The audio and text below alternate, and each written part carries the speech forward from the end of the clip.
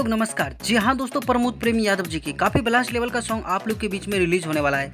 तो गाइज कब रिलीज होगा तो आज की वीडियो में बात करेंगे। जी हाँ दोस्तों, आप लोग को बता दूं, प्रमोद प्रेमी यादव जी के गाना गोरी के खिलौना, इस गाने को ऑडियो सॉन्ग ने काफ़ी तबाही मचा दिया।